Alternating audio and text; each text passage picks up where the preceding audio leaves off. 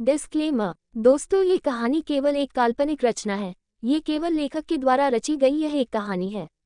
इसका वास्तविक जीवन से कोई भी संबंध नहीं है। कृपया आप कहानियों को केवल मनोरंजन की दृष्टि से ही सुने, और साथ ही अगर आप इस चैनल नॉवल स्टोरी 2.6 पर पहली बार आए हैं तो चैनल को सब्सक्राइब और वीडियो को भर भर लाइक करना ना भूलें। धन्यवाद।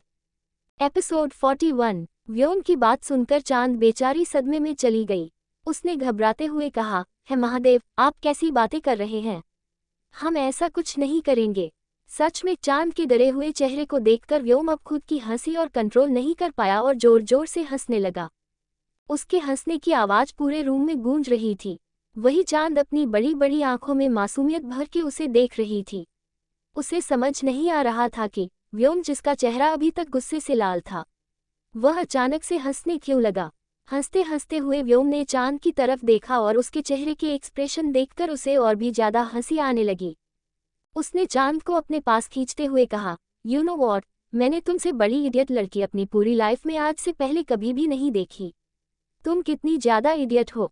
इतनी छोटी छोटी बातों पर कौन डरता है? वैसे भी तुमने मुझे सिर्फ गले लगाया है। तुम तो ऐसे डर रही थी जैसे तुमने मुझ पर अटैक किया और मैंने तुम्हें रंगे हाथों पकड़ लिया है। सीरियसली, तुम्हारे एक्सप्रेशन इतने फनी थे कि उन्हें याद करके मुझे अभी भी हंसी आ रही है। व्योम की बात सुनकर चांद ने अपना चेहरा नीचे झुकाते हुए कहा, आप अभी भी हमारा मजाक उड़ा रहे हैं ना, क्योंकि हम गंवार हैं और हमें आपकी बातें समझ नहीं आती। चांद की बात सुनकर व्योम ने हंसना बंद करके उसके चेहरे की तरफ देखा। उसका चेहरा उदास हो गया था और वह नीचे देख रही थी। व्योम ने इरिटेट हुए कहा, अब रोना शुरू मत कर देना, और वैसे भी मैं तुम्हारा मजाक नहीं उड़ा रहा था। बेफिजूल में सब कुछ खुद के ऊपर लेना बंद करो। अच्छा, बहुत लेट हो चुका है, सो जाओ, मुझे भी नींद आ रही है। कहते हुए व्योम जाकर बेड पर लेट गया। वही चांद अपनी जगह पर खड़ी होकर उसे देखने लगी। चांद को इस तरह से खुद को घूरते हुए देखकर भी व्योम ने इरिटेट होते हुए कहा, प्रॉब्लम क्या है? सो जाओ, कल सुबह उठना नहीं है क्या? चांद ने उसकी तरफ देखते हुए कहा, हम आपके पास नहीं आएंगे। हम ऐसे इंसान के साथ नहीं रह सकते जो और भी औरतों के साथ रहता है। हमारा आत्मसम्मान हमें इसकी इजाजत नहीं देता। कहते हुए चांद जाकर कारपेट पर लेट गई। वही उसकी बात सुनकर व्योम का चेहरा गुस्से से लाल हो गया। उसने गुस्से से चांद को घूरते हुए कहा, मैंने तुमसे कहा ना, मेरा किसी के साथ कोई रिश्ता नहीं है, इसलिए बकवास बंद करो और चुपचाप यहाँ पर आकर लेटो। चांद ने अपनी आंखों को बंद करते हुए कहा, नहीं, हम आपके साथ नहीं सो सकते। ये गलत है। हमारे उसूल हमें इसकी इजाजत नहीं देते। आपने हमें रहने के लिए घर दिया, हमारे लिए ये काफ़ी है। हम आपसे किसी और चीज़ की उम्मीद नहीं करेंगे। कहते हुए वह अपना चेहरा फिराकर लेट गई। व्योम अब हद से ज़्यादा गुस्सा आ रहा था। पहले तो ये लड़की उसकी बात टाल रही थी, फिर उसे इग्नोर कर रही थी, और अब उसे पर सीधा सीधा इल्जाम लगा रही थी कि उसका बाहर अफेयर है। व्योम गुस्से से बैग उठकर खड़ा हो गया। उसने चांद के पास आकर नीचे झुककर झटके से उसे अपनी गोद में उठा लिया। अचानक से किसी के हाथों की पकड़ अपने कमर पर महसूस करके बेचारी घबरा गई। उसने डरते हुए अपना चेहरा ऊपर उठाकर देखा तो उसे व्योम का भयानक चेहरा नजर आया, जो कि गुस्से की वजह से बेहद डरावना लग रहा था। व्योम ने चांद की तरफ देखते हुए कहा, अगर एक और शब्द तुम्हारे मुंह से निकला तो मैं तुम्हारी जबान काट दूंगा, और मैं बिल्कुल भी मजाक नहीं कर रहा हूँ। कहते हुए व्योम ने चांद को बेड पर लेटा दिया और खुद उसके बगल में आकर लेट गया। उसने झटके से चांद को अपने करीब खींचकर उसकी आंखों में आंखें डालकर देखते हुए कहा, मेरी बात कान खोलकर सुन लो। अगर कान काम नहीं कर रहे हैं तो कल ही डॉक्टर के पास चलकर तुम्हारे कानों को साफ कर देते हैं। मैंने कहा, मेरा किसी के साथ कोई चक्कर नहीं चल रहा, समझ आया? ये बात अपने छोटे से दिमाग में फिट कर लो। कहते हुए व्योम अपनी आंखें बंद कर ली। वही चांद बेचारी अब तक अध्याय की बातों को याद करके व्योम के साथ इस तरह से बर्ताव कर रही थी, पर अब उसकी हिम्मत नहीं हो रही थी कि वह फिर से व्योम के सामने कुछ बोल सके। उसने धीरे से कहा, अध्याय, हमें माफ कर देना, पर अब हमें डर लग रहा है। अगर सच में इन्होंने हमारी जबान काट दी तो हम कभी नहीं बोल पाएंगे। सोचकर चांद बेचारी डर गई। व्योम की पकड़ अभी भी उसकी नाजुक सी कमर पर मजबूत थी। उसके हैंडसम चेहरे को देखते देखते चांद की भी आंख लग गई। व्योम ने जब महसूस किया कि चांद की सांस भारी हो चुकी है, उसने अपनी आंखें खोलकर चांद की तरफ देखते हुए कहा, पता नहीं आखिर इस इडियट लड़की के दिमाग में ये सारे ख्याल आते कहाँ से हैं। इसके आने के बाद मैं किसी की तरफ आंख उठाकर भी नहीं देखा और मुझे बोल दिया कि मेरे बाहर चक्कर चल रहे हैं। पहले उन सभी का इंतजाम करना होगा, वरना इसी तरह से सभी की सभी मेरे पीछे पड़ेगी और यह इसी तरह से पागल होती रहेगी और मुझे भी पागल करेगी। What the hell is this? कहते हुए व्योम इरिटेट होकर कुछ सोचने लगा। कुछ ही देर में उसने कुछ सोचा और अपने मोबाइल पर अपने असिस्टेंट राजेश को कुछ मैसेज करके वह लेट गया। लेटते ही उसका ध्यान चांद के छोटे से चेहरे पर गया, जो कि नींद में काफी प्यारा लग रहा था। चांद के गालों को देखकर व्योम ने उसके गालों को टच करते हुए कहा, तुम्हारे गाल कितने सॉफ्ट है, बिल्कुल छोटे बच्चे की तरह। न्यूबॉर्न बेबी के भी गाल इतनी सॉफ्ट नहीं होंगे जितने तुम्हारे सॉफ्ट है। कहते हुए व्योम नींद में ही चांद के गालों को, गर्दन को टच कर रहा था। धीरे से उसका हाथ चांद के होठों पर गया। चांद के होठों को देखते ही व्योम के चेहरे पर अजीब से एक्सप्रेशन आ गए। उसे अपने होठों पर चांद के नर्म होठों का एहसास महसूस होने लगा, जिसे महसूस करके उसकी सांसें तेज हो गई। वह धीरे धीरे अपने होंठ चांद के होठों की तरफ लेकर जाने लगा। उन दोनों के होंठ में कुछ इंच का फैसला था कि तभी नींद में चांद ने कुछ कहा, जिसे सुनकर व्योम की आंखें हैरानी से बड़ी हो गई। उसने दोबारा चांद की बात सुनने के लिए उसके चेहरे के करीब अपने कान ले जाकर सुनने की कोशिश की। तभी उसके कानों में दोबारा धीमी आवाज पड़ी, चाची जी प्लीज प्लीज हमें मत मारिए, हम सच कह रहे हैं, हमने खाना नहीं खाया, हमने नहीं खाया।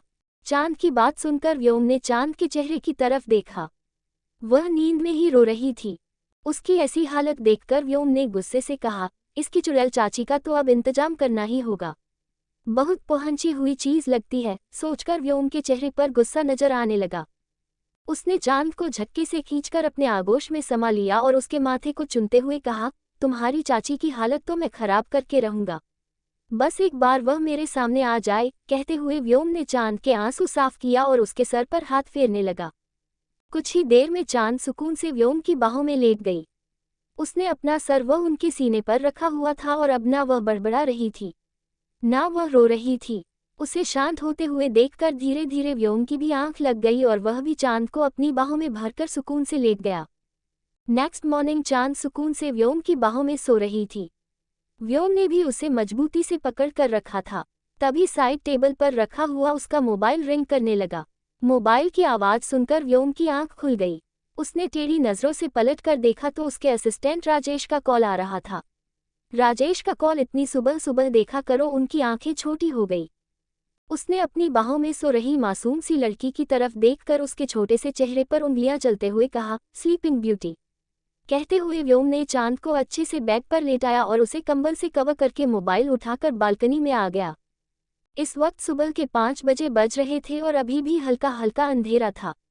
रात को देर से सोने की वजह से चांद जो 4 बजे उठ जाती थी, उसकी आंखें भी नहीं खुली थी। व्योम ने कॉल उठाते हुए कहा, व्हाट हैपेंड, इतनी सुबह सुबह कॉल क्यों किया है तुमने? व्योम की बात सुनकर दूसरी तरफ से राजेश ने हैरानी से कहा, सर क्या आप भूल गए कि हमें आज सिंगापुर के लिए निकलना था? मैंने कल ही मिस्टर जॉनसन के साथ आपकी मीटिंग फिक्स कर दी थी। आज शाम को आपकी मीटिंग है और अभी आधे घंटे के बाद हमें सिंगापुर के लिए निकलना है। राजेश की बात सुनकर व्योम को जैसे झटका लगा। कल उसने यह बात गुस्से में बोल दी थी और वह भूल ही गया था कि उसे आज सिंगापुर जाना है। उसने धीरे से कहा, कैंसिल कर दो, मुझे नहीं जाना। व्योम की बात सुन वह सदमे में चला गया था। उसने बड़ी मुश्किल से 1 हफ्ते के बाद होने वाली मीटिंग को आज और कल अरेंज किया था और अब उसका बॉस कह रहा था कि उसे मीटिंग नहीं करनी। राजेश ने लगभग गिड़गिड़ाते हुए कहा, बॉस इससे हमारा हजारों करोड़ों का नुकसान हो जाएगा। पहले ही मिस्टर जॉनसन को मैंने टाइम चेंज करने के लिए स्पेशली सिंगापुर आने के लिए कहा है और अब आप मना कर रहे हैं। मिस्टर जॉनसन के साथ हम ऐसा नहीं कर सकते, प्लीज समझने की कोशिश कीजिए। 2 बार हम ऑलरेडी मीटिंग कैंसिल कर चुके हैं। राजेश की बात सुनकर व्योम की पकड़ रेलिंग पर मजबूत हो गई। उसने अपनी आंखों को बंद किया। उसकी आंखों के सामने फिर से चांद का रोता हुआ उदास चेहरा नजर आने लगा। उसने कहा, ठीक है, मैं आ रहा हूं। कहते हुए व्योम ने कॉल कट किया और तेज कदमों से चलता हुआ रूम में आ गया। उसने देखा चांद अभी भी सुकून से सो रही थी। उसे सुकून से सोते हुए देखकर व्योम ने खुद से कहा, शायद यही सही होगा कि मैं तुमसे दूर चला जाऊं। तुम्हें भी अपनी जिंदगी जीने का हक है, जो कि तुम शायद मेरे साथ नहीं जी पाओगी। कहते हुए व्योम क्लोजेट रूम में चला गया। व्योम कुछ ही देर में रेडी हो चुका था। उसे कपड़े ले जाने की जरूरत नहीं थी। ज्यादातर जगहों पर उसके खुद के मेंशन थे, जहां पर उसके कपड़े और उसकी जरूरत की सारी चीज मौजूद होती थी, इसलिए उसे यहां से कुछ भी ले जाने की जरूरत नहीं थी।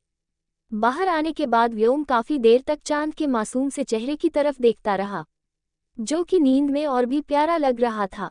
कुछ देर बाद उसने गहरी सांस लेते हुए कहा, शायद हमारा साथ ज्यादा लंबा नहीं है। कहते हुए व्योम चांद को देखकर वहां से बाहर चला गया। वही व्योम के यहाँ से जाने की खबर से अनजान चांद नींद में ही मुस्कुराते हुए सुकून से लेटी हुई थी। शायद वह कोई प्यारा सा सपना देख रही थी।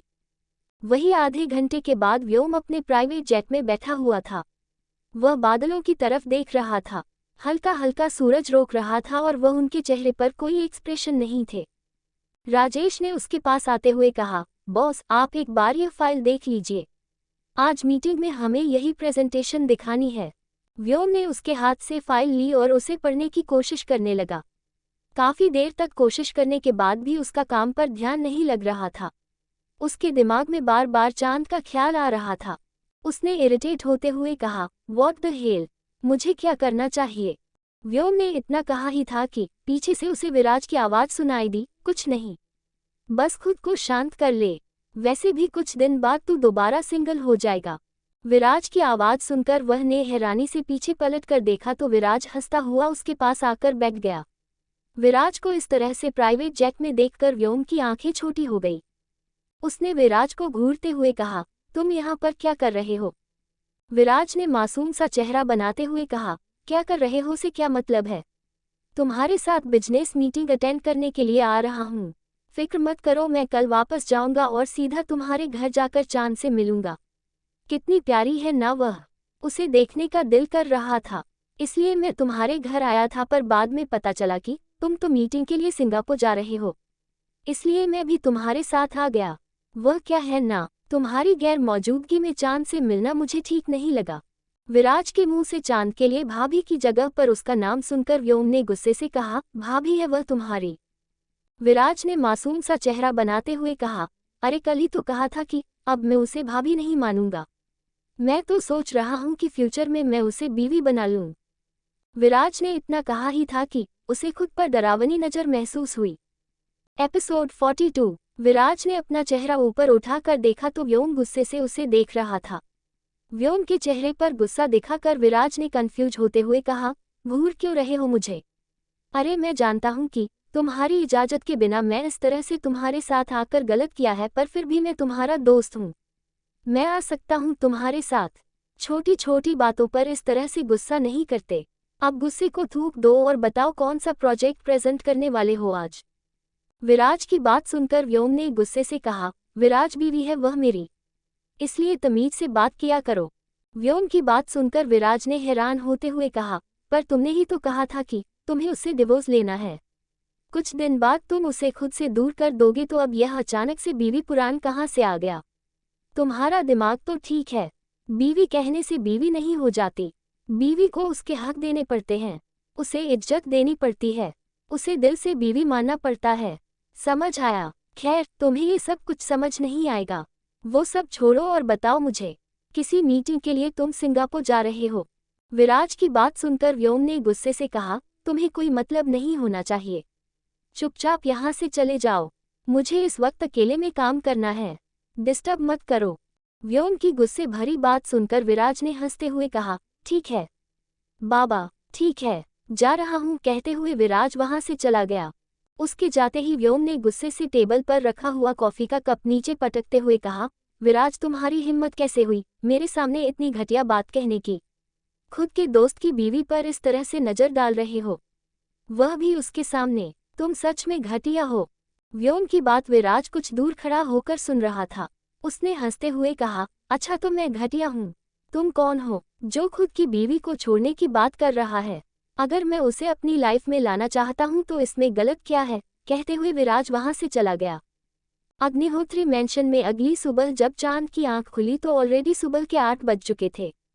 सूरज की तेज किरणें रूम में आ रही थी, जो कि सीधा चांद के चेहरे पर पड़ रही थी। अपने चेहरे पर सूरज की किरणों को महसूस करके चांद उठकर बैठ गई। उसने बाहर देखा तो खिड़की से इतना उजाला आते हुए देखकर वह हैरान हो गई। घड़ी में टाइम देखते ही उसके मुंह से लगभग चीख निकल गई और जल्दी से उठकर खड़ी हो गई। उसने खुद से कहा, हम इतनी देर तक कैसे सोते रह गए? सब लोग हमारे बारे में क्या सोच रहे होंगे? दादी माँ हमें कितना गलत समझेंगे? उन्हें लगेगा कि हम आलसी हो गए हैं। कहते हुए चांद नाखून चबाने लगी। तभी अचानक से उसे एहसास हुआ कि बेड पर व्योम नहीं है। यह एहसास होते ही उसने खुद से कहा, अगर ये उठ गए थे तो फिर उन्होंने हमें क्यों नहीं उठाया? क्या ये कल रात की बात का हमसे बदला ले रहे हैं? सोचते हुए चांद की आंखों में आंसू आ गए।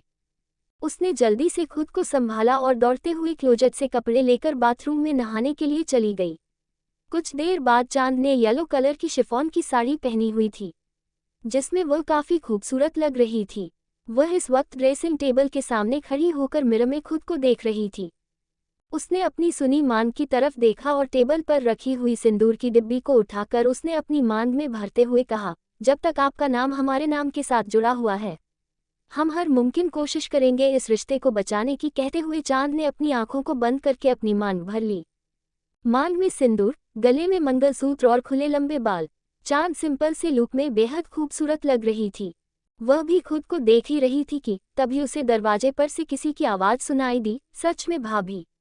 कुछ भी कहे, आप कुछ ज्यादा ही सुंदर हो, बिल्कुल आसमान में चमकने वाले चांद की तरह। इस आवाज को सुनकर चांद ने पीछे पलटकर देखा तो उसके पीछे अध्याय खड़ा था, जो कि मुस्कुराते हुए उसे ही देख रहा था। अध्याय को देखकर चांद के चेहरे पर भी प्यारी सी मुस्कुराहट आ गई। अध्याय अंदर आते हुए कहा, काश आप मुझे पहले मिल गई होती। कहते हुए उसने उदास का चेहरा बनाकर चांद की तरफ देख लिया। वही अध्याय की बात सुनकर चांद ने मासूम सी आवाज में कहा, क्यों? अध्याय ने उसे कंधों से पकड़कर गोल गोल घुमाते हुए कहा, अरे भाभी, मैं आपसे शादी कर लेता ना। मेरे जैसे हैंडसम बंदे के लिए आपके जैसी क्यूट लड़की ही तो चाहिए। पता नहीं भगवान ने दूसरी बनाई होगी या नहीं। अब मैं क्या करूं भाभी? अध्याय की बात सुनकर चांद बड़ी बड़ी आंखों से उसे देखने लगी। उसके चेहरे की एक्सप्रेशन देखकर अध्याय हंसते हुए कहा, भाभी मैं मजाक कर रहा हूँ। आप तो मेरी प्यारी सी भाभी है, मेरी प्यारी सी दोस्त है। अच्छा मुझे बताए, कल रात को मैंने जैसे जैसे बर्ताव करने के लिए कहा था, आपने वैसा ही बर्ताव किया ना? अध्याय की बात सुनकर चांद ने अपना चेहरा नीचे झुका लिया, जिसे देखकर अध्याय ने कहा, व्हाट हैपेंड भाभी? क्या आपने कल रात को बिल्कुल वैसे भाई के साथ बर्ताव नहीं किया? उन्हें इग्नोर नहीं किया? चांद ने धीरे से कहा, हमने किया था, पर बाद में वह गुस्सा हो गए और उन्होंने गुस्से से कहा कि अगर हमने आगे कुछ भी बोला तो वह हमारी जबान काट देंगे। हमें डर लग गया था, इसलिए फिर हमने कुछ नहीं किया। चांद की बात सुनकर अध्याय ने खुद से कहा, ओ माय गॉड, मेरा जंगली भाई मेरी प्यारी सी भाभी को डरा रहा है। मुझे अपनी दादी को बताना होगा, अब दादी ही भाई का इलाज करेंगे। सोचकर व्योम ने प्यार से कहा, ओके भाभी, कोई बात नहीं। चलिए ब्रेकफास्ट का वक्त हो रहा है और भाई कहाँ है? अध्याय के सवाल पर चांद ने कंफ्यूज होते हुए कहा, हमें नहीं पता। जब हम उठे तो वह रूम में नहीं थे, हमें लगा कि वह बाहर होंगे। चांद की बात सुनकर अध्याय के चेहरे के एक्सप्रेशन चेंज हो गए।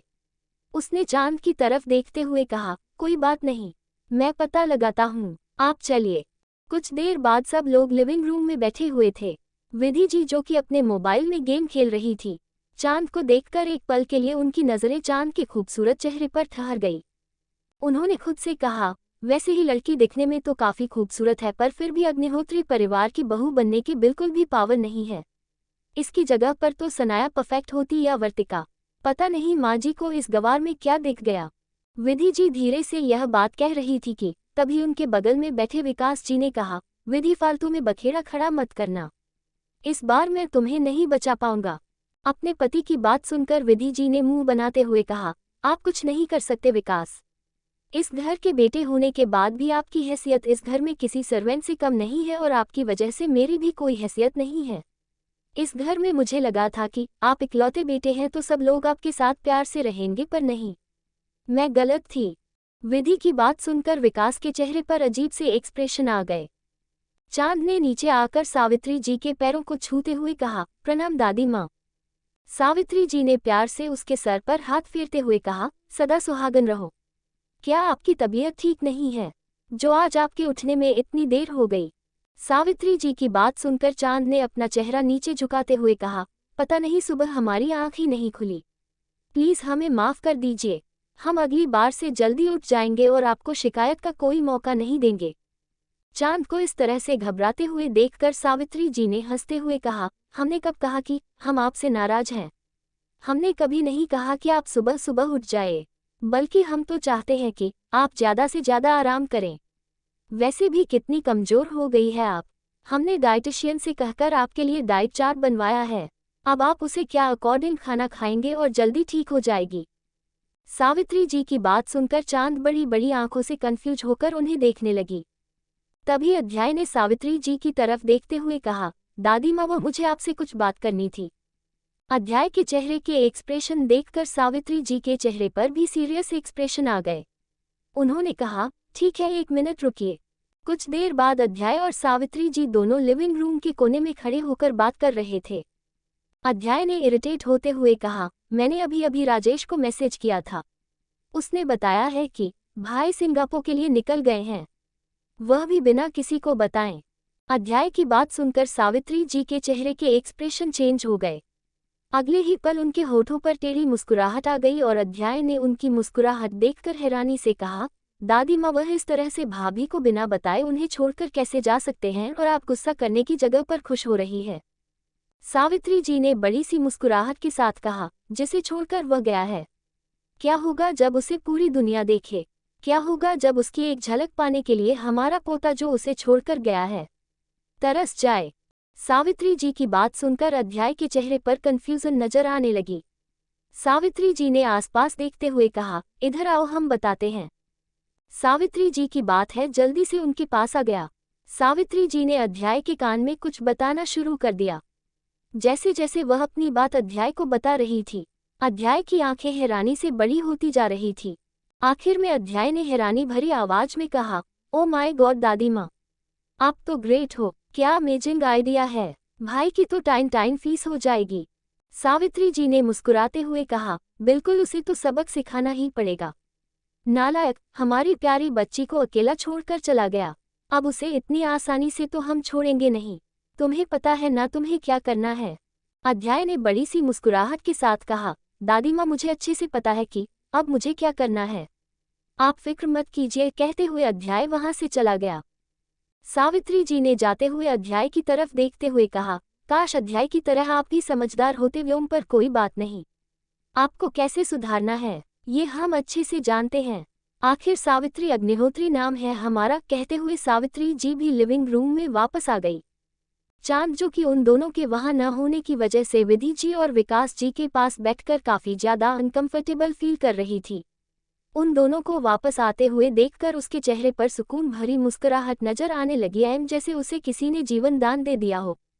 अध्याय ने चांद की तरफ देखकर मुस्कुराते हुए कहा, भाभी चलिए, हमें आज कहीं जाना है, इसलिए हम जल्दी से ब्रेकफास्ट कर लेते हैं। कहते हुए अध्याय चांद का हाथ पकड़कर उसे डाइनिंग एरिया की तरफ लेकर चला गया। अध्याय को इस तरह से चांद के साथ प्यार से बर्ताव करते हुए देखकर विधि जी को और भी ज्यादा गुस्सा आ रहा था। उन्होंने गुस्से से कहा, इस लड़की ने पता नहीं कौन सा काला जादू कर दिया है मेरे बेटों पर, जो इसके जैसी डाउन क्लास लड़कियों को पसंद नहीं करता था। उसने इससे शादी कर ली और मेरा दूसरा बेटा भी इसके आगे पीछे घूम रहा है। विधि जी की बात सुनकर सावित्री जी ने उन्हें घूरते हुए कहा, तमीज से बात कीजिए, विधि बहू है, वह इस घर की। सावित्री जी की बात सुनकर विधि जी ने गुस्से से उनकी तरफ देखा पर कुछ भी नहीं कहा। वही चांद ने कंफ्यूज होते हुए अध्याय से कहा, हम कहाँ जाने वाले हैं अध्याय भैया? अध्याय ने चांद को कुर्सी पर बिठाकर उसकी प्लेट में ब्रेकफास्ट सर्व करते हुए कहा, भाभी जल्दी से ब्रेकफास्ट कीजिए, उसके बाद मैं आपको बताता हूँ कि हम कहाँ जा रहे हैं। वैसे भी जब से आप इस घर में आए हैं, आप घर में ही बैठी हुई है, इसलिए आज मैं आपको घुमाने के लिए लेकर जाऊंगा। आपका प्यारा सा देवर आपको एक अच्छी सी जगह पर घुमाने लेकर जाएगा, इसलिए आप ज़्यादा सवाल मत कीजिए और अपना ब्रेकफास्ट कंप्लीट कीजिए। कहते हुए अध्याय भी अपनी जगह पर बैठ गया। वही चांद कंफ्यूज होकर अध्याय की तरफ देखते हुए चुपचाप अपना ब्रेकफास्ट करने लगी। अध्याय ने चांद के चेहरे की तरफ देखते हुए कहा, आज से आपकी जिंदगी की नई शुरुआत होने वाली है भाभी, बस कुछ दिन, उसके बाद अगर मेरा भाई मजनू बनकर आपके आगे पीछे ना घुमा तो मैं अपना नाम बदल दूंगा। कहते हुए अध्याय एटीट्यूड से मुस्कुराने लगा। एपिसोड 43। ब्रेकफास्ट के बाद अध्याय ने चांद की तरफ देखते हुए कहा, भाभी आप मेरे साथ चलिए, कहते हुए अध्याय चांद को लेकर उसके रूम में आ गया। चांद ने कंफ्यूज होते हुए कहा, क्या हुआ अध्याय भैया? आप तो कह रहे थे कि हमें कहीं जाना है, पर हमें जाना कहाँ है? अध्याय ने मुस्कुराते हुए कहा, भाभी जितना कह रहा हूँ उतना कीजिए, कहते हुए अध्याय ने क्लोजेट रूम में आकर जल्दी से एक साड़ी निकाली। उसने एक रेड कलर की साड़ी चांद के हाथ में देते हुए कहा, इस वक्त आपके पास दूसरे कपड़े नहीं हैं, इसलिए जल्दी से यह साड़ी पहनकर रेडी हो जाए। अध्याय की बात सुनकर बेचारी मासूम से चांद को कुछ समझ नहीं आ रहा था। उसे चुपचाप देखकर अध्याय ने अपने दोनों हाथ जोड़ते हुए कहा, भाभी माँ प्लीज तैयार हो जाए, आपका ये छोटा सा पुत्र आपका इंतजार कर रहा है। अध्याय की बात सुनकर चांद ने कहा, अवश्य, कहते हुए वह बाथरूम में चली गई। अध्याय ने अपने सर को पकड़ते हुए कहा, भाभी की हिंदी मुझे पागल करके छोड़ेगी, कहते हुए अध्याय चांद के बाहर आने का इंतजार करने लगा। कुछ देर बाद चांद रेड ब्लैक कलर की साड़ी पहनकर बाहर आ चुकी थी। अध्याय जो कि मोबाइल में गेम खेल रहा था, चांद की आवाज सुनते ही उसने अपना चेहरा ऊपर उठाकर देखा एवं चांद को देखते ही अध्याय के हाथ से मोबाइल छूटकर बेड पर गिर गया। उसने खुशी से कूदते हुए कहा, ओ माय गॉड भाभी, मैंने जितना सोचा था आप उससे ज्यादा खूबसूरत लग रही है। अध्याय की बात सुनकर चांद के गाल गुलाबी हो गए। उसने धीरे से कहा, धन्यवाद। अध्याय मुस्कुराते हुए कहा, भाभी अब जल्दी से ड्रेसिंग टेबल के सामने बैठ जाए, आज आपका मेकअप मैं अपने हाथों से करूंगा। अध्याय की बात सुनकर चांद ने बड़ी बड़ी आंखों से उसकी तरफ देखते हुए कहा, मेकअप मतलब? अध्याय ने हंसते हुए कहा, बैठ जाए भाभी, कहते हुए अध्याय जाकर चांद के पीछे खड़ा हो गया। उसने अपने साथ लाया हुआ मेकअप का सामान टेबल पर रखते हुए कहा, अब मैं आपको बनाऊंगा खूबसूरत हसीना, कहते हुए अध्याय चांद के चेहरे पर मेकअप करने लगा। चांद बेचारी हैरानी से उसकी तरफ देख रही थी। आखिर में जब उसे कंट्रोल नहीं हुआ तो उसने हैरानी से कहा, आप हमारे चेहरे पर इतना सारा पाउडर क्यों लगा रहे हैं? हम इसमें भूत नहीं लगेंगे, ऐसा मत कीजिए।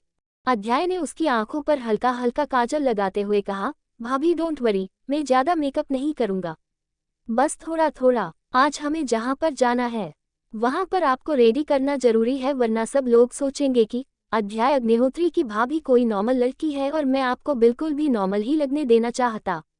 मैं चाहता हूं कि आज आपको देखकर सारी लड़कियां जल जल कर कोयला बन जाए। अध्याय की बात सुनकर चांद बेचारी मासूमियत से उसकी तरफ देखने लगी। अध्याय ने अच्छे से चांद को रेडी करके उसको मिरर में देखने के लिए कहते हुए कहा, भाभी एक बार खुद को देख तो लीजिए प्लीज। चांद ने अपने दोनों हाथों से अपनी आंखों से छुपाया हुआ था, क्योंकि उसे लग रहा था कि अध्याय के इस तरह से लिपापुती करने की वजह से वह बिल्कुल भूत लग रही होगी। आखिर में अध्याय के काफी ज्यादा फोर्स करने के बाद उसने अपनी आंखें खोलकर खुद को मिरर में देखा, और खुद को देखते ही उसने अपने मुंह पर हाथ रखते हुए कहा, है दया, हम सच में इतनी खूबसूरत हैं। चांद की बात सुनकर अध्याय ने हंसते हुए कहा, भाभी आप बिना मेकअप के भी बहुत खूबसूरत लगते हैं, फिलहाल जल्दी से यह हील पहन लीजिए और चलिए मेरे साथ, कहते हुए अध्याय ने चांद के सामने 2 सैंडल रख दिए। सैंडल ने देखकर चांद ने डरते हुए कहा, यह क्या है? इतनी बड़ी बड़ी, अगर हम नीचे गिर गए तो? चांद की बात सुनकर अध्याय ने हंसते हुए कहा, भाभी मैं हूं ना, आपका प्यारा सा देवर आपको संभाल लेगा, बस पहन लीजिए प्लीज मेरे लिए। अध्याय की बात सुनकर चांद ने धीरे से कहा, तुम पक्का हमें गिरने नहीं दोगे ना? अध्याय ने मुस्कुराते हुए कहा, पक्के से भी पक्का वाला प्रॉमिस, कहते हुए अध्याय ने चांद की छोटी उंगली में अपनी उंगली फंसली और उसे खुद सैंडल पहनने लगा। चांद बेचारी ने सैंडल पहन ली और घबराते हुए कहा, हम गिर जाएंगे, हम गिर जाएंगे, कहते हुए चांद ने अध्याय को पकड़ लिया। अध्याय ने उसके दोनों हाथों को थामते हुए कहा, भाभी मैं जैसा कह रहा हूं वैसे पैर रखिए, कहते हुए अध्याय ने चांद को चलकर दिखाया, जिसे देखकर चांद ने भी उसी तरह से अपने कदम आगे बढ़ाए। कुछ देर में उसे ज्यादा प्रॉब्लम नहीं हो रही थी, पर उसे अभी भी डर लग रहा था कि कहीं वह लड़खड़ाकर नीचे न गिर जाए। आखिर में काफी देर तक प्रैक्टिस करने के बाद मासूम चांद थोड़ा बहुत चलना सीख गई। अध्याय ने उसकी तरफ देखते हुए कहा, वेरी नाइस प्रोग्रेस भाभी, वेरी नाइस, आप जल्दी ही सब कुछ सीख जाएंगे, हमारे पास 1 हफ्ते का टाइम है, 1 हफ्ते के अंदर अंदर मैं आपके गांव की गोरी से शहर की छोरी बना दूंगा। अध्याय की बात सुनकर चांद ने मासूमियत से कहा, मतलब?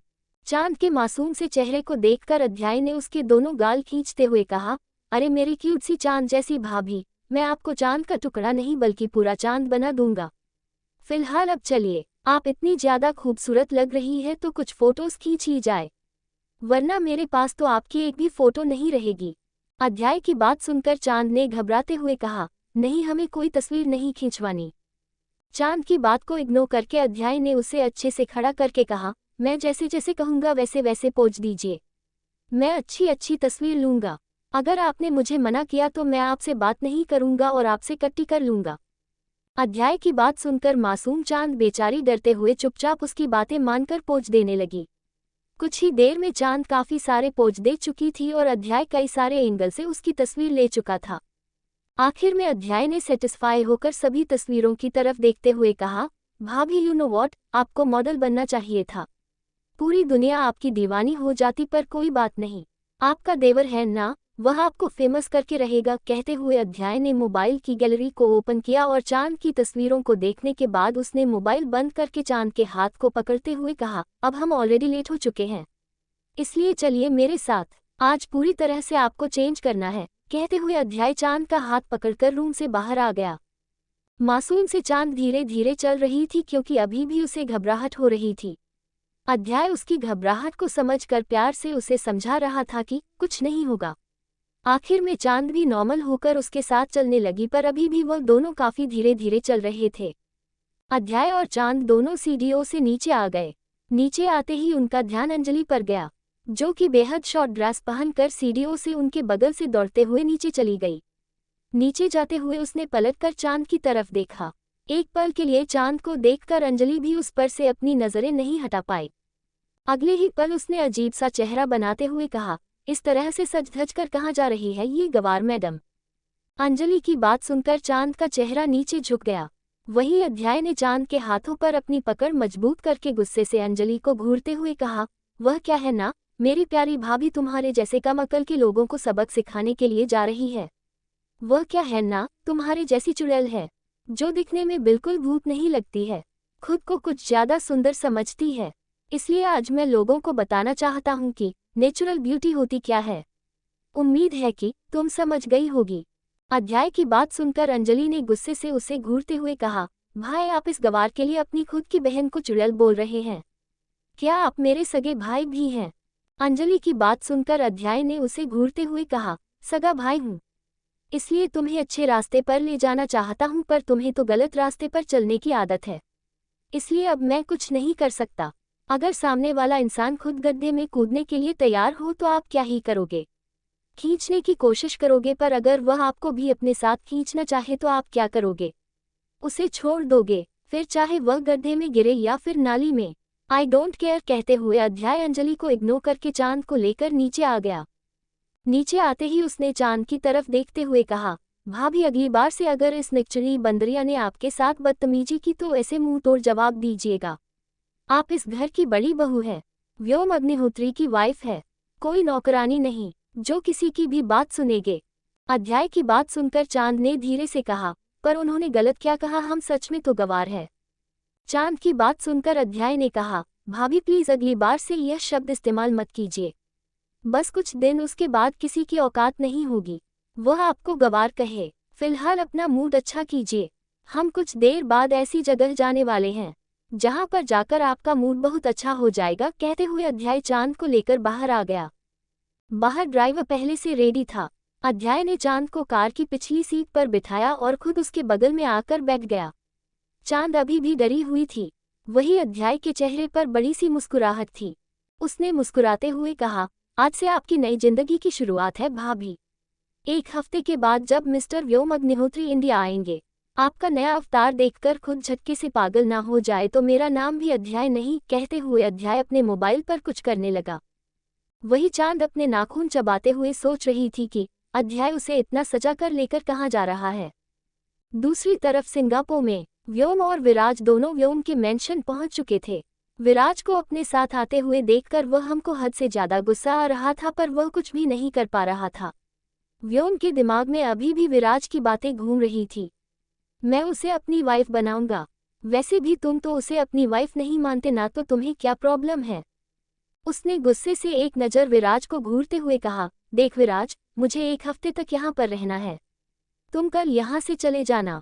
एक तो बिना बताए तुम आ गए, मैं इस तरह से तुम्हें अपने मेंशन में नहीं रख सकता, कहते हुए व्योम वहां से तेज कदमों से चलता हुआ ऊपर चला गया। वहीं उसके जाते ही विराज ने टेढ़ी मुस्कुराहट के साथ कहा, अच्छा मुझे नहीं रख सकते, मैं भी देखता हूँ कि तुम मुझे कैसे नहीं रखते। कहते हुए उसने अपने मोबाइल में अध्याय की भेजी हुई तस्वीरों को देखकर हंसते हुए कहा, तुझे एक और झटका देने का वक्त आ गया है मेरे प्यारे दोस्त। कहते हुए विराज हंसने लगा। सिंगापुर में इस वक्त रात का वक्त हो रहा था। व्योम अपने रूम में फ्रेश होकर नीचे लिविंग रूम में आ गया क्योंकि डिनर का वक्त हो चुका था। लिविंग रूम में आते ही उसे सभी सर्वेंट जो कि यहाँ पर काफी सालों से काम करते थे, उनकी आवाज सुनाई दी, she is so beautiful. Viraj sir, आपकी होने वाली वाइफ कितनी ज्यादा ब्यूटीफुल है, हमने आज से पहले इतनी ब्यूटीफुल लड़की कभी भी नहीं देखी। सच में विराज सर, कितने लकी है आप। उन सब की बातें सुनकर व्योम के चेहरे पर अजीब से एक्सप्रेशन आ गए। तभी उसका ध्यान विराज पर गया, जो कि एक सर्वेंट के साथ बैठकर मजे से हंसते हुए उसे अपने मोबाइल में कुछ देख रहा था। व्योम अपने दोनों हाथ पैंट की पॉकेट में डालकर तेज कदमों से चलता हुआ उनके पास आ गया। उसके पास आते ही उसका ध्यान विराज के मोबाइल में एक लड़की की तस्वीर पर गया, जिसे देखकर विराज हंसते हुए उस सर्वेंट को बता रहा था कि यह उसके होने वाली वाइफ है। व्योम का जैसे ही उस लड़की की तस्वीर को देखा, उसकी आंखें हैरानी से बड़ी हो गई।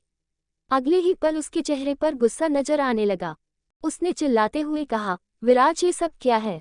व्योम के चिल्लाने की आवाज सुनकर विराज ने घबराकर पीछे पलट कर देखा। वही वह सर्वेंट वहां से भाग गया। विराज ने हंसते हुए कहा, अरे कुछ नहीं, ये देख मेरी चांद कितनी खूबसूरत लग रही है, बिल्कुल आसमान से उतरी परी की तरह। मैं तो सोच रहा हूँ कि मैं नेक्स्ट मंथ ही से शादी कर लूँ। वैसे तुम डिवोर्स कब दे रहे हो, प्लीज जल्दी से दे दो ना, अब उससे मैं और दूर नहीं रह सकता। ऊपर से इसकी यह हॉट तस्वीर देखने के बाद अजीब सा लग रहा है, दिल में अजीब सी गुदगुदी हो रही है। विराज ने इतना कहा ही था कि व्योम ने एक जोरदार मुक्का उसके मुंह पर मारते हुए कहा, घटिया इंसान, अपने दोस्त की बीवी पर नजर डालता है, तुझे शर्म नहीं आती। कहते हुए व्योम गुस्से से विराज के मुंह पर मुक्के मारने लगा। एपिसोड 44। व्योम के लगातार मुक्के मारने की वजह से विराज सोफे से नीचे गिर चुका था। उसका मोबाइल भी साइड में पड़कर टूट चुका था। विराज ने हैरानी से व्योम की तरफ देखते हुए कहा, पागल हो गए हो, तुम क्या कर रहे हो। विराज की आवाज सुनकर व्योम जैसे होश आया कि वह क्या कर रहा है। उसने गुस्से से अपने बाल खींचकर सोफे पर जोर से लात मारते हुए कहा, विराज मेरे सामने से चले जाओ वरना आज मैं तुम्हारी जान ले लूंगा। व्योम को इस तरह से गुस्सा करते हुए देखकर विराज ने खड़े होकर उसकी कॉलर को पकड़कर उसकी आंखों में आंखें डालकर देखे हुए कहा, व्योम अग्निहोत्री, विराज जिंदल नाम है मेरा, मारना मुझे भी आता है। सबसे पहली बात तुमने ही कहा था कि तुम्हें उससे कोई मतलब नहीं है। जब तुम्हें उससे कोई मतलब नहीं है तो तुम्हें कोई फर्क नहीं पड़ना चाहिए कि मैं उसके बारे में क्या कहता हूँ और क्या नहीं। वैसे भी मैंने कुछ गलत नहीं कहा है, मैं तो उसके साथ शादी करके उसकी जिंदगी को सुधारना चाहता हूँ। तुम्हें प्रॉब्लम है कि वह पढ़ी लिखी नहीं है, पर मुझे इस बात से कोई प्रॉब्लम नहीं है। वैसे भी शहर की पढ़ी लिखी लड़कियां कितनी ज्यादा बेकार होती हैं ये तुमसे और मुझसे बेहतर कोई नहीं जान सकता। अगली बार से बेफिजूल में मुझ पर हाथ उठाने की हिम्मत मत करना। हाथ उठाना मुझे भी आता है, दोस्ती का लिहाज करके चुकूं तो फायदा मत उठाना। कहते हुए विराज गुस्से से वहां से चला गया। वहीं उसके जाते ही व्योम ने गुस्से से अपने बाल खींचते हुए कहा, आखिर मैं चाहता क्या हूं। कहते हुए व्योम अपना सर पकड़कर बैठ गया। विराज उसका बचपन का दोस्त था, वह दोनों हमेशा एक दूसरे के साथ हर सिचुएशन में खड़े रहते थे। जब भी व्योम किसी मुसीबत में होता विराज सबसे पहले उसके पास आता था और उसकी मदद करता था। हर इमोशनल सिचुएशन में उसने उसका साथ दिया था। आज व्योम जिस पोजीशन पर था इसके पीछे काफी हद तक विराज का हाथ था। व्योम ने खुद से कहा, आखिर गलत क्या कहा उसने, मेरी वजह से ही तो उसके दिल में ये ख्याल आया है, पर फिर भी वह मेरी वाइफ के बारे में सब कुछ कैसे सोच सकता है। ये गलत है, वह गलत है, मैं उसे बिल्कुल माफी नहीं मांगूंगा। वह मेरी वाइफ के बारे में ऐसा कैसे सोच सकता है, यहाँ तक कि उसने सबको ये भी बता दिया कि वह उसकी होने वाली वाइफ है। विराज मैं तुझे छोड़ूंगा नहीं। कहते हुए व्योम गुस्से से विराज के रूम की तरफ चला गया। वही रूम के बाहर आकर विराज ने दरवाजा बंद करके गहरी गहरी सांस लेते हुए कहा, ओ माय गॉड, मेरा हैंडसम चेहरा खराब कर दिया। का अध्याय में तुम्हें छोड़ूंगा नहीं, तुम्हारे प्लान की वजह से मेरे चेहरे की ऐसी की तैसी हो गई है। कहते हुए विराज अपने चेहरे की तरफ देखने लगा। तभी बाहर से व्योम ने दरवाजा पीटते हुए कहा, विराज दरवाजा खोलो, मुझे तुमसे बात करनी है। व्योम की आवाज सुनते ही विराज ने खुद से कहा, ओ माय गॉड, क्या ये फिर से मुझे पीटने के लिए तो नहीं आ गया है? दरवाजा नहीं खोलेगा तो ये जंगली आदमी दरवाजा तोड़ देगा। है भगवान बचा ले मुझे। कहते हुए विराज ने अपने चेहरे के एक्सप्रेशन को बिल्कुल चेंज कर लिया और गुस्से वाला चेहरा बनाकर दरवाजा खोलकर चिल्लाते हुए कहा, क्या प्रॉब्लम है तुम्हारी? अभी अभी मारकर मन नहीं भरा जो दोबारा मारने के लिए आ गए? मुझे थोड़ी देर तक अकेला रहने दो, मुझे तुमसे बात नहीं करनी है। विराज का गुस्सा देख व्योम ने उसे इग्नोर करके उसके पास आते हुए कहा, देखो विराज, अगर तुम्हारे दिल में उसके लिए कुछ है भी तो तब तक तुम उसके लिए अपने दिल में ऐसी कोई फीलिंग नहीं ला सकते जब तक उसके नाम के सामने मेरा नाम जुड़ा हुआ है। भले ही मेरे लिए वो जरूरी नहीं है, पर उसका नाम चांद व्योम अग्निहोत्री है। अग्निहोत्री परिवार की बड़ी बहू है वह, और जब तक दादी ठीक नहीं हो जाती मैं उसे डाइवोर्स नहीं देने वाला हूँ। इसलिए बेफिजूल में सबको ये बात बताना बंद करो कि वह तुम्हारी होने वाली वाइफ है। व्योम की बात सुनकर विराज ने उसके चेहरे की तरफ देखते हुए कहा, क्या सच में ऐसी बात है? अरे तुम फिक्र मत करो, मैं दादी से खुद बात कर लूंगा। दादी भी उसकी खुशी चाहती है। वैसे भी दादी ने ही कहा था कि तेरे साथ उसकी शादी करके उसकी जिंदगी बर्बाद कर दी है। इस बात का एहसास दादी को जल्दी ही हो जाएगा और उसके बाद वह गिल्टी फील करेंगे। इससे अच्छा यही है ना कि मैं दादी के सामने जाकर चांद के साथ शादी का प्रपोजल रख देता हूँ। उसके बाद तुम दोनों का डिवोर्स और मेरी और चांद की शादी। कितनी हैप्पी लाइफ होगी ना मेरी, मैं और मेरी चांद और हमारे 2-3 बच्चे। विराज आगे कुछ कहता है, इससे पहले ही व्योम ने गुस्से से उसकी कॉलर को पकड़कर उसे घूरते हुए कहा, चुप, बिल्कुल चुप। मैं ये बिल्कुल बर्दाश्त नहीं कर सकता कि तुम मेरे सामने मेरी बीवी के बारे में ऐसी घटिया बातें कहो। अगली बार से अगर तुम्हारे मुंह से ऐसा कुछ निकला तो मैं हमारी दोस्ती का लिहाज भी नहीं करूंगा। कहते हुए भी व्योम झटके से विराज को छोड़ दिया और बाहर जाने लगा। वह बाहर जाता है, इससे पहले ही विराज ने उसे रोकते हुए कहा, दोस्ती का लिहाज नहीं करूंगा।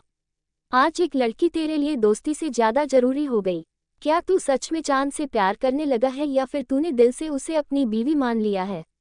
अगर तेरे दिल में ऐसा कुछ है तो बता दे मुझे, मैं पीछे हट जाऊंगा। मेरे लिए प्यार से बढ़कर दोस्ती है, पर अगर तेरे दिल में उसके लिए कुछ है तो मैं तुझे उसका इस्तेमाल नहीं करने दूंगा, जैसे तूने बाकी लड़कियों का किया है। विराज की बात सुनकर व्योम के कदम उसकी जगह पर ही रुक गए। उसके मुंह से कुछ निकल ही नहीं रहा था। उसने बिना पीछे पलटे कहा, बकवास बंद करो, मेरे दिल में कुछ भी नहीं है। कहते हुए व्योम वहां से तेज कदमों से चला गया। उसके जाते ही विराज ने गहरी गहरी सांस लेते हुए कहा, ओह माय गॉड, क्या एक्टिंग करता हूँ मैं, कमाल, बवाल, धमाल, मुझे तो हीरो बनना चाहिए था। कहते हुए विराज बेड पर पेट के बल लेटकर जोर जोर से हंसने लगा। उसने हंसते हुए कहा, अध्याय, काश तुम यहाँ पर होते, कितना मजा आता। जल टुकड़े का चेहरा जल जल के कोयला हो गया था। मानेगा नहीं, दिल में एहसास तो है इसके भी। अब बस झटके पर झटके देने होंगे ताकि महाशय खुद एक्सेप्ट कर सके कि उनके दिल में भी चांद के लिए फीलिंग्स है। कहते हुए विराज ने हंसते हुए अध्याय को कॉल किया, पर दूसरी तरफ से अध्याय कॉल नहीं उठाया। ये देखकर विराज ने खुद से कहा, लगता है अपने काम पर लगा हुआ है, करने दो इसे, अपना देखता हूँ। वैसे भी सिर्फ 1 हफ्ते का टाइम है हमारे पास। कहते हुए विराज के मोबाइल को साइड में रखा और उसी तरह से लेट गया। वही अध्याय की कार आधे घंटे के बाद एक फेमस बुटीक के सामने आकर रुकी। अध्याय ने चांद की तरफ देखते हुए कहा, भाभी, हमें जहां आना था वहां आ चुके हैं, चलिए। कहते हुए अध्याय ने कार का दरवाजा खोला और चांद का हाथ पकड़कर उसे बाहर निकाला। बाहर आते ही चांद लकदाने को हुई। वह नीचे गिरती इससे पहले ही अध्ययन से संभालते हुए कहा, भाभी ध्यान से। चांदनी डरते हुए कहा, यह क्या है? ये तो काफी बड़ा घर लग रहा है। ये किसका घर है और आप हमें यहाँ पर लेकर क्यों आए हैं? चांद का सवाल सुनकर अध्याय ने हंसते हुए कहा, भाभी, मैं आपको आपके सभी सवालों का जवाब दूंगा, पहले आप मेरे साथ चलिए। कहते हुए अध्याय चांद को लेकर अंदर आ गया। अंदर आते ही दूर से एक लड़की दौड़ते हुए उनके पास आ गई। उसे लड़की के बाल कंधे तक थे और उसके होठों पर प्यारी सी मुस्कुराहट थी। उसने मुस्कुराते हुए कहा, शर्लिन कब से आप लोगों का इंतजार कर रहा है। मैंने जब से उसे बताया है कि आप आ रहे हैं, शर्लिन तो पागल हो चुका है। उस लड़की की बात सुनकर अध्याय ने मुस्कुराते हुए कहा, ठीक है, ठीक है, कहाँ है शर्लिन? अध्याय के इतना कहते ही उस लड़की का ध्यान चांद पर गया। चांद को देखते ही उसने हैरानी के साथ कहा, oh my God, natural beauty, she is so pretty. कौन है? यह आपकी गर्लफ्रेंड है मिस्टर अग्निहोत्री। उस लड़की की बात सुनकर अध्याय ने हंसते हुए कहा, मैं बाद में बताऊंगा, पहले मुझे बताओ कि शर्लिन कहाँ है। मैं शर्लिन से मिलने के लिए ही यहाँ पर आया हूँ। अध्याय के इतना कहते ही एक लड़का जिसके बाल लड़कियों की तरह थोड़े लंबे थे, होठों पर अजीब सी मुस्कुराहट और पिंक लिपस्टिक, उसने कपड़े भी लड़कियों की तरह पहने हुए थे। वह कमर मटकाते हुए चलता हुआ अध्याय के पास आ गया। उसने अध्याय के पास आकर उसे गले लगाकर अजीब सी मुस्कुराहट के साथ कहा, हे स्वीटहार्ट, तुमने मुझे बताया क्यों नहीं? उसके बोलने का तरीका बिल्कुल भी ना लड़कियों की तरह था, ना लड़कों की तरह, क्योंकि वह ना लड़का था ना लड़की, बल्कि वह एक गे था। शर्लिन की बात सुनकर अध्याय ने हंसते हुए कहा, मैंने कहा था ना, आज तुम्हें किसी का मेकअप करना है, देखो नेचुरल ब्यूटी को। अध्याय का इतना कहते ही शर्लिन ने चांद की तरफ देखा। वह अजीब तरह से चांद को ऊपर से नीचे तक घूर रहा था। चांद बेचारी जो यहाँ आने से पहले ही नर्वस थी, शर्लिन के इस तरह से घूरने की वजह से उसकी पकड़ अपनी साड़ी पर मजबूत हो गई और वह अपनी डरी हुई नज़रों से शर्लिन की तरफ देखने लगी। 5 मिनट के बाद शर्लिन ने हंसते हुए कहा, oh my God, she is so pretty, she is natural beauty. कहते हुए शर्लिन ने चांद को बाजू से पकड़ा और उसे गोल गोल घूमने लगा। बेचारी चांद, जो कि पहले से ही हिल्स की वजह से ठीक से चल नहीं पा रही थी, शर्लिन के इस तरह से घुमाने की वजह से नीचे गिरने को हुई। वह नीचे गिरती है, इससे पहले ही अध्याय ने जल्दी से उसे संभालते हुए कहा, शर्लिन क्या कर रहे हो तुम? वह भी गिर जाती ना। अध्याय की बात सुनकर शर्लिन ने अपने कानों को पकड़कर कहा, सॉरी ना स्वीटहार्ट, वैसे ये ब्यूटीफुल गर्ल कौन है? बिल्कुल बाबी डॉल की तरह लग रही है। इनफैक्ट ये तो बिल्कुल एंजल की तरह लग रही है। एंजल, तुम्हारा नाम क्या है? मेरा नाम शर्लिन है, तुम प्यार से मुझे डार्लिंग भी कह सकती हो। कहते हुए शर्लिन ने चांद के दोनों गालों पर अपने हाथ रखे। चांद ने डरते हुए कहा, आप ऐसे हमें छूए मत। चांद की बात सुनकर शर्लिन ने कहा, व्हाट हैपन? स्वीटहार्ट, तुम डरो मत, मुझे लड़के ही पसंद है। कहते हुए शर्लिन ने अध्याय की तरफ देखा।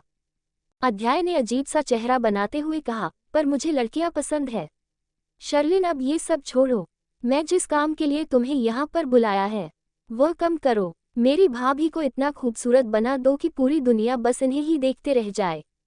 शर्लिन ने अपने बालों को कान के पीछे करके मुस्कुराते हुए कहा, डोंट वरी जानेमन, हॉटी को मैं और ज्यादा हॉट बना दूंगी। वैसे साड़ी में भी काफी कमाल लगती है ये स्वीटहार्ट, इसका हस्बैंड काफी ज्यादा लकी है। शर्लिन चांद के गले में पहने हुए मंगलसूत्र की तरफ देखते हुए कहा।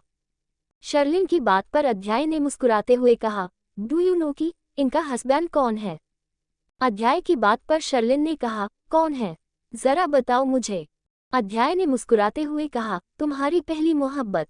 अध्याय के इतना कहते ही शर्लिन ने हैरानी से चिल्लाते हुए कहा, क्या? शर्लिन इतनी जोर से चिल्लाई थी कि मासूम चांद घबराकर पीछे गिरने को हुई। अध्याय देने से संभालते हुए कहा, भाभी संभालिए खुद को। चांद ने डरते हुए कहा, ये हमें ऐसे क्यों देख रही है और यह कौन है? हमें यहाँ नहीं रहना, हमें यहाँ से लेकर चलो। कहते हुए चांद घबराने लगी।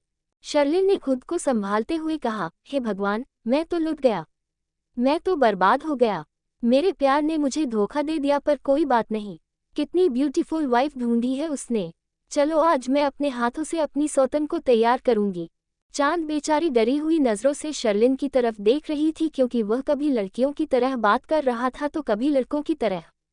अध्याय ने उसकी तरफ देखते हुए कहा, भाभी आपको इससे डरने की जरूरत नहीं है, इनको लड़के पसंद है, लड़के, इसलिए आप उनके साथ बिल्कुल सेफ है। आप इन्हें अपनी बहन समझिए। अध्याय की बात सुनकर चांद ने डरी हुई आवाज में कहा, सच में? अध्याय ने मुस्कुराते हुए कहा, जी भाभी। शर्लिन चांद के हाथ को अपने हाथ में लेकर उसकी हथेली को चूमते हुए कहा, अरे मेरी जान, डरो मत, मैं तो तुम्हारी सौतन भी हूँ, बहन भी हूँ, पर टेंशन मत लो। मैं तुम्हें इतना हसीन बना दूंगा कि मेरा व्योम डार्लिंग तुम्हें देखकर पागल हो जाएगा। पागल? कहते हुए शर्लिन चांद को अपने साथ लेकर जाने लगी। चांद डरी हुई नजरों से अध्याय की तरफ देख रही थी। अध्याय ने हंसते हुए उसे वहां से जाने के लिए कहा। तो दोस्तों, आखिर कहानी में आगे क्या होगा, यह जानने के लिए इस स्टोरी को सुनते रहिए सिर्फ और सिर्फ novel_story_2.6 चैनल पर।